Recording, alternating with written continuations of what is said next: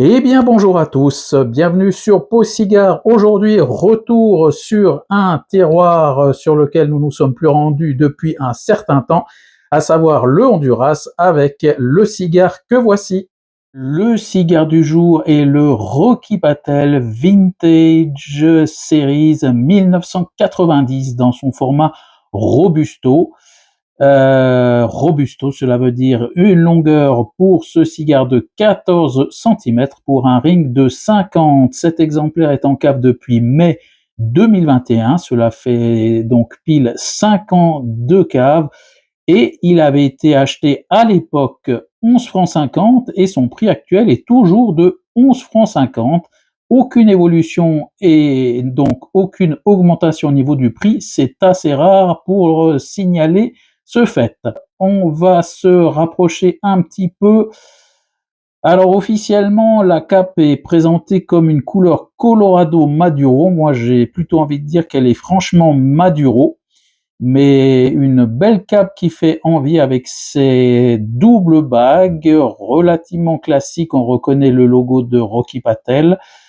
La deuxième bague qui rappelle la série du cigare avec une cape avec des nervures apparentes, un peu rustique et même un petit peu marbrée, j'ai envie de dire. Si on se rapproche, on voit des nuances au niveau de la couleur de cape, notamment au niveau de la tête, comme vous le voyez. D'abord, j'ai cru que c'était une fine couche de poussière, mais non, non, c'est bien une différence de couleur que l'on note. Vous le voyez également, notamment à la lumière, cette cape est légèrement luisante. Alors au niveau de la composition des tabacs, il y a 3 terroirs sur ce cigare. Tout d'abord la cape, qui est une cape broadleaf qui nous vient du Honduras et qui, nous dit-on, a été vieillie pendant 12 ans. Et puis la sous-cape vient du Nicaragua. Quant à la tripe, elle est d'origine de République dominicaine et du Nicaragua. Comme d'habitude, on jette un petit coup d'œil sur le pied avant de se retrouver. Et bien voilà, on se retrouve donc pour une nouvelle dégustation de cigares. Tout d'abord, j'espère que vous allez bien en ce mois de mai et cette chaleur qui commence sérieusement à monter. Mais cela ne va pas nous empêcher de déguster j'allais dire un bon cigare, mais j'espère qu'il va être bon, puisqu'il s'agit du premier Rocky Patel présenté sur la chaîne, et donc tradition de la chaîne oblige, comme il s'agit donc d'un premier cigare de cette marque, je donnerai un petit mot d'histoire sur Rocky Patel. Pour tout vous avouer, malgré les très très nombreuses séries, c'est un vrai labyrinthe, je vous en dirai quelques mots tout à l'heure. Parmi toutes les gammes qui existe chez Rocky Patel, eh bien c'est le seul cigare de cette marque que j'ai acheté. Je ne sais pas pourquoi, c'est pas une marque qui m'inspire, c'est vraiment du ressenti pur qui est tout sauf objectif, c'est même complètement subjectif, mais j'ai pas été tenté d'en acheter d'autres, même si là, en reparcourant un petit peu leur site officiel et tout le catalogue, il y en a certains qui font envie, mais pour le moment, je vais me contenter donc de ce Vintage Series 1990 en format Robusto. Un bien joli cigare, ma foi, avec cette couleur plutôt Maduro, hein, comme je vous le disais. Et il faut savoir que la série la Vintage 1990 est une série qui a été plusieurs fois nommée parmi le top 25 des cigares de l'année, qui est même noté 92 sur 100 par Cigar Aficionado, par le Cigar Journal et un ou deux autres médias encore. Donc c'est une série qui comporte d'ailleurs pas mal de formats, hein. C'est pour ça que je vous disais, c'est vraiment difficile de s'y retrouver chez Rocky Patel, mais encore une fois, on y reviendra tout à l'heure. Voilà. Alors, on va revenir sur ce cigare qui, comme je vous le disais, a pile 5 ans, donc un joli vieillissement. Et on va commencer tout d'abord, eh bien, traditionnellement par le toucher, un toucher légèrement rugueux. Vous l'avez peut-être vu en détail lors de la présentation du cigare, on voit quelques nervures apparentes et sous les doigts, eh bien, la cape, même si elle est très bien posée, et elle donne envie avec cette bien belle couleur chocolat noir. Elle est légèrement granuleuse sous les doigts, mais je peux pas non plus parler de cigare rustique. C'est un granuleux relativement fin et on sent pas trop les nervures non plus. Au niveau de la composition, en tout cas quand on touche le cigare, alors vers la tête, je sens une petite faiblesse, un petit point mou. Par contre, le reste est bien ferme, bien homogène et relativement dur, je dirais. Et donc rien à signaler à part, ouais, sur la tête, alors c'est pas extrêmement flagrant, mais on sent quand même une petite souplesse supplémentaire. Voilà, je sais pas si ça va influencer la dégustation, ça on le verra tout à l'heure. Alors, on va également voir ce qu'il a à nous proposer au niveau du pied. Alors je ne sais pas si ce sont les 5 ans de cave, mais alors c'est très léger, tellement léger que c'est même dur à identifier quelque chose. Je dirais qu'on a un chocolat noir très lointain et rien d'autre. Le reste, c'est un peu le grand vide. Alors en tout cas, il n'y a aucune trace d'épices et effectivement, je l'ai ressenti là encore un petit peu. Mais vraiment, à part une trace de chocolat noir assez lointaine, je n'ai rien d'autre. Alors, on va voir au niveau du tirage accru et notamment s'il y a des arômes un peu plus marqués en bouche qui vont venir. On va déjà tester le tirage. Alors, c'est aéré, c'est assez aéré, pas trop de résistance. Ouais, alors c'est tout aussi léger en bouche. Par contre, là, j'ai pas vraiment de chocolat noir. J'ai plutôt un joli boisé. Alors très léger, encore une fois, mais un joli boisé type cèdre qui arrive en bouche. Mais alors, j'ai rien qui reste sur la langue. Pour l'instant, aucune longueur en bouche. C'est extrêmement léger. Bon, il faut dire que ce cigare, en tout cas dans sa présentation officiel est présenté comme un cigare relativement doux, donc effectivement ça se confirme. Et en plus, comme je le disais tout à l'heure, les 5 ans de cave à ce niveau-là l'ont sûrement encore radouci. Et on va tout de suite l'allumer pour voir un petit peu ce que cela va donner.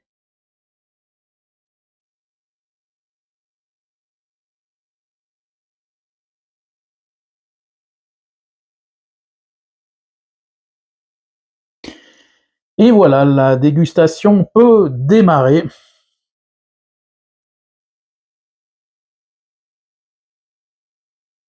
Ouais, alors à la lumière, c'est ce que je vous disais au tout début, une belle cape bien luisante, même légèrement huileuse, elle est vraiment très belle, hein.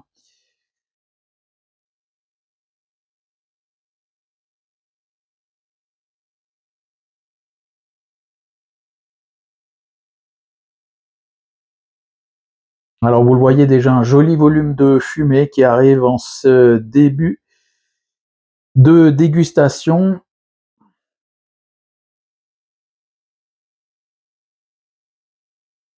Alors démarrage conforme à ce qu'on avait accru, hein, vraiment très léger. On a un mélange, on retrouve le boisé, on retrouve une petite note de chocolat noir, mais plutôt en arrière-goût, je dirais. La rétroolfaction est extrêmement douce, plutôt boisée, mais alors là, une petite pointe de poivre noir, hein, très légère de nouveau, mais une petite pointe de poivre noir qui est perceptible. Et puis, au niveau de la longueur en bouche, ça m'a tellement frappé au tirage accru qu'il y avait rien que finalement ça m'a interpellé et je reste un peu attentif à ce point-là. Et je dois dire que pour le moment, c'est vrai qu'il n'y a pas grand-chose qui reste sur le palais, ça s'évapore très vite, hein. On peut aussi dire que certains cigares vieillissent mieux que d'autres, hein. Je ne sais pas ce qu'il en est pour ce Rocky Patel. Je ne suis pas sûr qu'il soit vraiment réputé pour des grands vieillissements.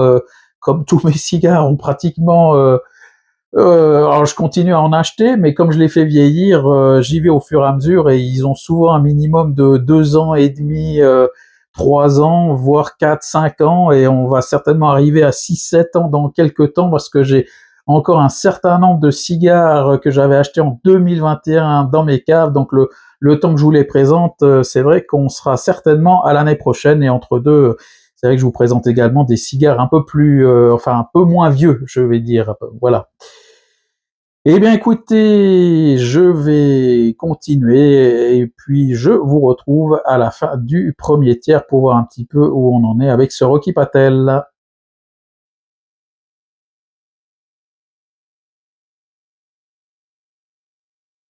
Un joli volume de fumée, comme vous le voyez, à la fin du premier tiers. Alors, je vous montre tout de suite le cigare d'un peu plus proche pour constater alors une jolie cendre blanche, mais vous le voyez à l'extrémité c'est noir et c'est noir pour la simple et bonne raison qu'il y a eu un petit bug seulement quelques minutes après vous avoir quitté. Eh bien le cigare s'est éteint de manière très très surprenante d'un coup. Donc j'ai dû le rallumer, ce qui explique un peu cette noirceur à l'extrémité de la cendre. Par contre, le reste est assez blanc et je vous le remontre. Alors je ne sais pas si c'est le fait de l'avoir rallumé qui soit éteint, mais vous voyez un joli décalage de combustion. Donc voilà, au niveau construction, pour le moment, deux, trois petites choses là auxquelles je m'attendais pas forcément. Au niveau gustatif, ce premier tiers a évolué. Il est en train d'évoluer d'ailleurs à l'entrée de ce deuxième tiers parce qu'à un moment donné, alors j'avais des notes alors autant vous dire tout de suite, là il y a des arômes qui se sont vraiment affirmés. J'ai eu un boisé pas très loin d'être un boisé torréfié avec un mélange de café espresso assez amer, une note de chocolat noir également assez amère et une pointe herbacée, mais qui est en train de s'effacer, heureusement, parce que je suis pas vraiment très très friand de ce genre de notes herbacées comme ça. Donc je me suis demandé si c'était aussi peut-être le fait qu'il se soit, j'ai été obligé de le rallumer, c'est fort possible parce que là, ces notes herbacées, encore une fois, heureusement, sont en train de s'effacer. Et puis au niveau de la rétroolfaction, on est sur un léger poivre blanc, je dirais, mais c'est pas très très fort. Et de manière générale, le bois n'est plus non plus torréfié, c'est un petit peu calmé. Donc là, on est en train de se diriger vers des saveurs qui s'arrondissent. Le premier tiers n'était pas spécialement puissant, mais quand même un certain corps et il a bien répondu présent assez rapidement. Et puis là, il est en train de s'arrondir. On va vers des choses assez agréables. Donc malgré ces défauts un petit peu de construction, je dois dire pour l'instant, la dégustation est assez plaisante. Effectivement, il est très très clairement en train de s'arrondir, hein, ce cigare. Les saveurs deviennent beaucoup plus douces, fines et crémeuses. Donc c'est effectivement assez plaisant. Et je me méfie un petit peu de la cendre, je reviens un petit peu sur cette construction un petit peu discutable où je vois que voilà, belle cendre blanche mais qui est un peu fendue entre deux et je me méfie qu'elle tombe. Deux mots sur l'histoire de Rocky Patel maintenant. Alors, Rocky Patel, de son vrai nom, Rakesh Patel, est un Américain d'origine indienne, né en 1961. Il fête donc c'est 65 ans. Et Rocky Patel est un homme qui ne vient pas du tout de l'univers du cigare. À l'origine, c'est un avocat d'affaires et dans les années 90, en voyant ses richissimes clients fumer des cigares, puisqu'il était installé, sauf erreur, à Beverly Hills, hein, et donc il avait quelques clients assez célèbres et des clients fortunés qui fumait le cigare devant lui, ça lui a donné le goût, il a complètement plongé dedans, à tel point qu'il était vraiment passionné, et il a fondé en 1996 sa compagnie Indian Tobacco, Et il a commencé par investir dans une fabrique du Honduras avant de se lancer complètement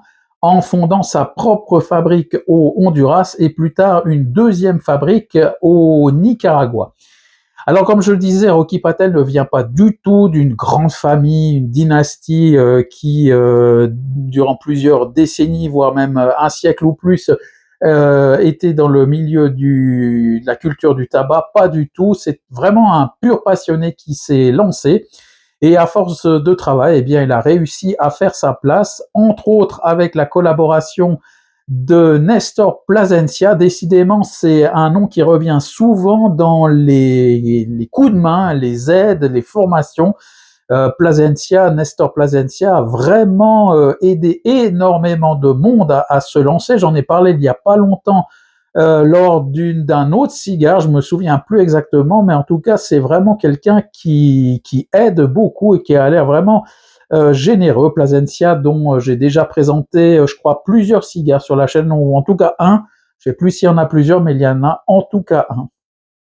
Et donc, pour être tout à fait complet, donc je disais qu'il avait fondé une première société Indian Tobacco en 1996 et il lance donc sa marque sous son propre nom, Rocky Patel, en 1998. Le siège est, comme énormément de marques américaines, est en Floride, à Naples si vous préférez. Ça se prononce Naples en anglais, sauf erreur. Et donc voilà, en gros, un petit peu l'historique. Un mot également, je le disais en introduction, sur les gammes, c'est un véritable labyrinthe. Et j'ai compté sur le site officiel pas moins de 49 gammes. Alors ça, c'est vraiment en allant dans les détails, y compris, alors je sais pas si on peut parler de gamme, mais les 3 derniers cigares présentés sont les cigares de l'année du cheval, du dragon et du lapin, je crois, enfin les 3 derniers signes chinois. Et puis parmi tout ça, il y a vraiment pléthore de lignes. Alors la ligne vintage, il y a là je vous présente le vintage 1990, mais sachez qu'il y a le vintage 1992, 2003 et j'en passe, je les ai pas tous mémorisés.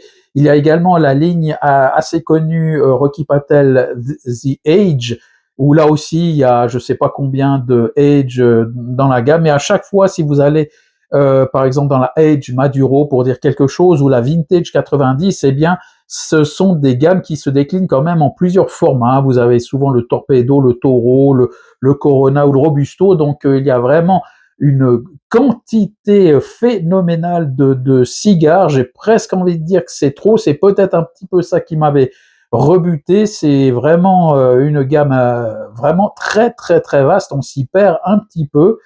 Et donc voilà, mais bon bah c'est une politique commerciale qu'a choisi Rocky Patel, et en tout cas ça a l'air de lui réussir puisqu'il a vraiment fait sa place parmi les grandes marques. C'est devenu vraiment une grande marque dans le monde du cigare, en particulier aux États-Unis, mais même en Europe, c'est assez connu.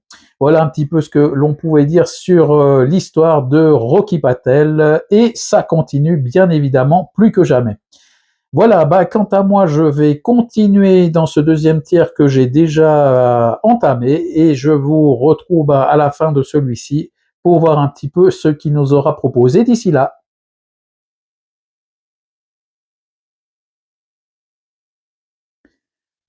Un joli volume de fumée toujours, une belle fumée bien blanche, un petit peu crémeuse à l'entrée de ce dernier tiers. Alors j'hésite à vous dire que je suis à l'entrée du dernier tiers, ça dépend de quel côté on regarde le cigare, parce qu'il y a à nouveau un joli décalage de combustion. Ici, on est clairement au dernier tiers. Par contre, si je le retourne, vous voyez qu'on a encore une bonne longueur. Tout ça pour vous dire qu'au niveau de la construction, ça n'est pas optimal. À force de vous parler, en vous racontant un petit peu l'histoire de la marque, eh bien, tout de suite après vous avoir quitté tout à l'heure, le cigare s'est de nouveau éteint. J'ai dû le rallumer, ce qui a de nouveau causé une montée de ces notes herbacées qui sont reparties. Alors au niveau gustatif, je dirais que on est toujours sur la même palette aromatique, et c'est plutôt la puissance de cette palette qui change. On était parti sur quelque chose de quand même assez franc au premier tiers. Deuxième tiers, ça s'était arrondi, comme je vous l'ai dit. Et là, à l'entame du dernier tiers, eh bien, on regagne en puissance, mais on est toujours sur ce boisé qui est de nouveau un petit peu torréfié. Une pointe de chocolat noir, toujours bien amer. Un espresso, toujours bien amer. Et puis en rétro-olfaction, ben, on a toujours un léger poivre noir. Donc autrement dit, pas vraiment d'évolution au niveau de la palette aromatique, c'est plutôt au niveau de sa puissance, comme je viens de vous le dire, que ça change, ça module. Donc ça reste une dégustation relativement agréable. Par contre, c'est la construction là qui laisse un petit peu à désirer. C'est un peu dommage. J'ai retiré la première bague qui s'est détachée sans aucun souci. Et puis, il faudra que j'enlève la deuxième dans un petit moment. Ouais, c'est étonnant cette manière qu'a le cigare de s'éteindre, parce que comme je vous le disais, le tirage accru était relativement aéré. Par contre, au toucher, j'avais quelque chose d'assez ferme, et c'est plutôt ce toucher qui semble l'emporter finalement. C'est assez paradoxal, hein, parce que il s'éteint comme s'il était trop ferme, et puis en même temps, le tirage aéré fait que la dégustation, ou la vitole si vous préférez, se consume assez rapidement. C'est assez un petit peu déroutant, je dirais. Il n'y a pas vraiment de cohérence sur ce cigare à ce niveau-là. Il y a une rétro-olfaction toujours assez douce. Par contre, en rétro-olfaction, on ne peut pas dire qu'il est monté en puissance, c'est plutôt en bouche. Par contre, je vous parlais au début de la longueur en bouche, alors ça laisse une longueur assez faible, hein, je dirais. Il n'y a pas grand-chose qui reste sur le palais, malgré cette jolie fumée blanche.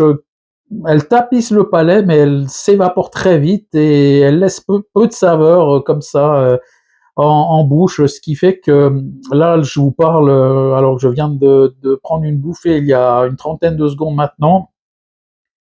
J'ai pas grand-chose qui reste en bouche, des arômes qui s'évaporent assez vite, malgré cette montée en puissance et malgré ces 5 ans de cave. On sent qu'il faudrait pas tirer trop fort sur ce cigare, au risque de sentir un petit peu des sensations d'enivrement. Donc il faut quand même y aller tranquillement, et malgré ça, eh bien, il se consume assez vite.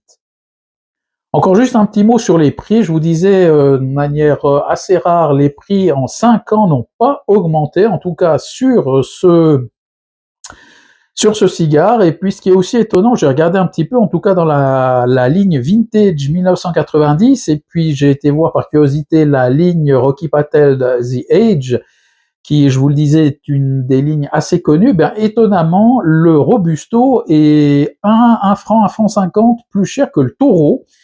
Et même le Gordo, j'ai vu qu'il propose un Gordo dans la ligne The Edge qui est à 12 francs 90. Donc on est en tout cas sur une gamme tarifaire tout à fait raisonnable pour ces cigares. Voilà, ben écoutez, moi je vais continuer cette fin de dégustation, et je vous propose de vous retrouver dans un petit instant pour en faire le bilan.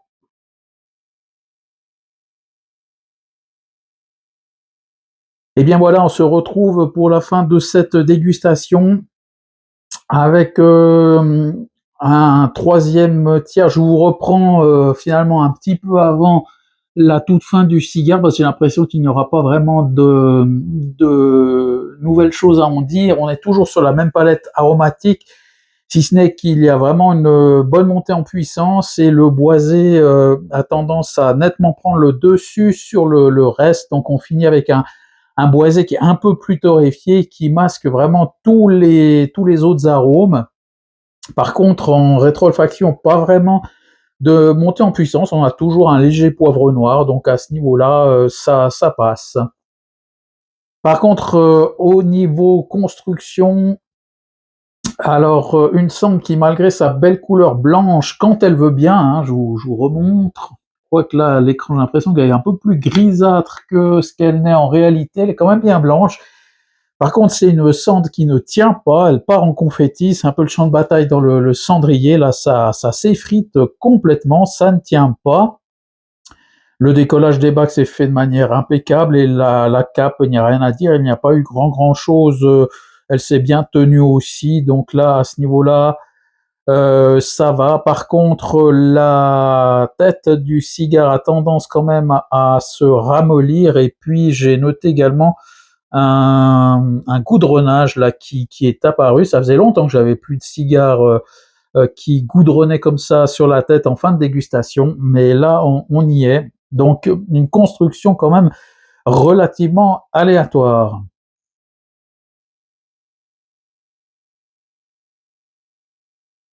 Alors je vous propose de passer au bilan de ce cigare. Donc vous l'avez certainement compris, au niveau de la construction, il y a quand même plusieurs défauts là qui s'accumulent. Et puis au niveau gustatif, comme je le disais, une palette aromatique relativement linéaire qui s'est plutôt modulée en fonction de la puissance. Et donc voilà, c'est pour ça que je vous prends, je reprends la caméra de manière un peu anticipée, parce que il n'y a pas d'évolution sur ce cigare, un cigare qui me laisse un petit peu sur ma faim, je dois dire. C'est un cigare classé du Honduras, mais du Honduras, en fait, il n'y avait que cette cape, vieillie 12 ans, je le rappelle, mais il n'y avait que la cape d'origine du Honduras. Et j'ai regardé un petit peu, par exemple, dans la ligne Rocky Patel The Age, il y a deux taureaux, un taureau où il y a un mélange Honduras-Nicaragua, un autre taureau, un taureau Connecticut avec une cape de l'Équateur, et puis on retrouve le Honduras et le Nicaragua.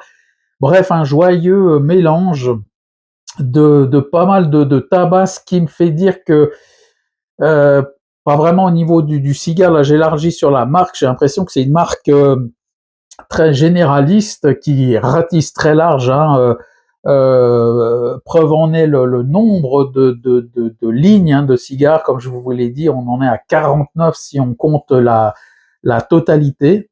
Et ce qui me fait dire aussi, en tout cas c'est mon sentiment, hein, ce n'est que mon avis, mais j'ai l'impression d'être en face d'une marque un peu généraliste, comme je viens de le dire, mais également j'ai l'impression quand même un petit peu commerciale, et je rajouterais même, je vais être peut-être un peu sévère, mais j'ai l'impression d'être avec un cigare un petit peu superficiel, peut-être plus destiné au marché américain, avec des saveurs qui, en tout cas en fin de cigare, même en début, qui sont bien présentes, hein, mais qui manquent de longueur en bouche. Et là encore, j'ai vraiment une longueur en bouche très pauvre. Ça manque de finesse, ça manque de subtilité. Un cigare un petit peu rentre dedans, j'ai l'impression. Je ne sais pas si c'est le cas sur l'entier de la marque, mais c'est un petit peu le sentiment. En tout cas, ça ne m'incite pas à en racheter, je dois vous le dire tout de suite. Et un cigare qui me laisse un petit peu sur ma faim. Donc voilà, ce que je peux en dire, bof. C'était pas désagréable, ça se laisse fumer comme ça, mais sans plus, ça me laissera pas un souvenir impérissable. Et je vous remontre quand même ce gros décalage de combustion là que j'ai encore une fois dans cette fin de cigare. Et voilà, bah, je crois qu'on est un petit peu au bout de ce que je voulais vous dire à propos de cette dégustation, et c'est là-dessus que l'on va se quitter, en espérant retomber sur des cigares un peu meilleurs pour la suite. Le prochain, comme vous connaissez un peu les habitudes de la chaîne, eh bien, j'alterne toujours entre un cigare du Nouveau Monde et un cigare cubain. Donc la prochaine dégustation sera sur un cigare cubain. Je gage qu'on sera sur quelque chose d'un peu plus intéressant. En tout cas, c'est ce que je me souhaite. Voilà, en tout cas, je vous souhaite à vous d'excellentes dégustations de cigares pour la suite de ces prochains jours sous cette belle chaleur qui est en train d'arriver. L'été tape à nos portes, et je vous dis à la prochaine.